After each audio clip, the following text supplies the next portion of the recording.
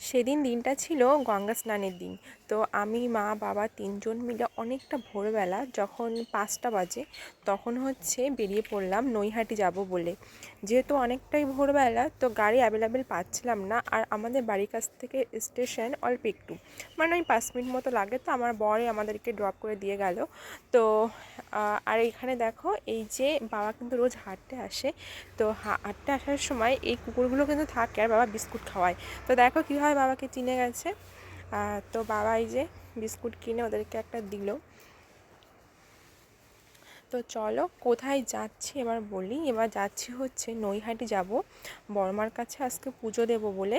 তো তার জন্য যেহেতু এখানে খুব ভিড় হয়, তো অনেকটা সকালবেলায় আমরা বেরিয়েছিলাম। তো তারপরে আমরা সকাল সকালেই পৌঁছে গেলাম গঙ্গার একদম ঘাটে। তো গঙ্গার ঘাটে এসেই ফার্স্টে এখান থেকে গঙ্গা স্নান করব, তারপরে মায়ের মন্দিরে পুজো দেব। আজকে আমি না, মা আর বাবা দুজনে মিলেই পুজো দেবে। তো এই যে চলে আসলাম, আর দেখো এখানে গঙ্গাটা কিন্তু বেশ চওড়া, আর যেহেতু লঞ্চ ঘাট তার জন্য এই যে কচুরিপানা এসব ভর্তি, যার জন্য আমার একটু মানে খারাপ লাগছিল। তো চলো কি আর করা যাবে। আর আজকে যেহেতু গঙ্গা স্নান, তো বেশ ভালো লাগছে সকালবেলা থেকেই। তো ফার্স্টে আমি আর মা দুজনে স্নান করে নিয়েছিলাম। তো তারপরে বাবা, কারণ বাবা সমস্ত ব্যাগ ট্যাগ নিয়ে দাঁড়িয়ে আছে তার কারণে। আর নিচে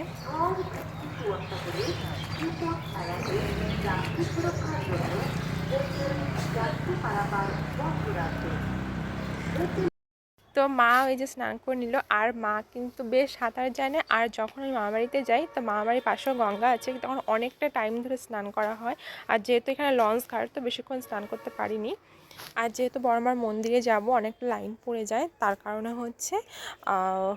ওই একদম কম টাইমের মধ্যে স্নান করে আমরা চলে এসেছিলাম। তো তোমরা নৈহাটি এসে গঙ্গা স্নান করে কে কে পুজো করেছো অবশ্যই কিন্তু তারা কমেন্ট করে জানিও। তো চলো, এখন আমাদের দুজনের স্নান করা হয়ে গেল, এখন বাবা করবে। আমরা সমস্ত ড্রেস পরে আসবো, তারপরে বাবা স্নান করে।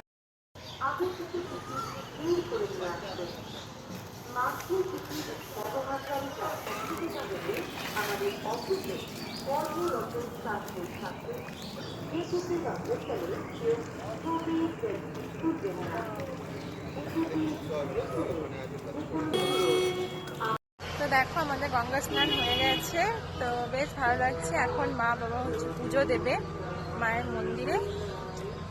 তো সকালবেলা গঙ্গার ঘাটে এসে বেশ ভালো লাগছে, কি সুন্দর দেখো। আর একটু কুয়াশা ছিল, তো বেশ ভালো লাগছে।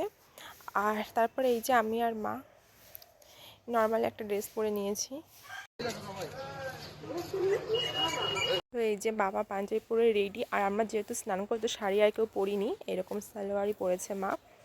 তো তারপরে এই যে ডালা নিয়ে মা যে গেটের সামনে দাঁড়িয়ে আছে, ভেতরে পুজো হচ্ছে।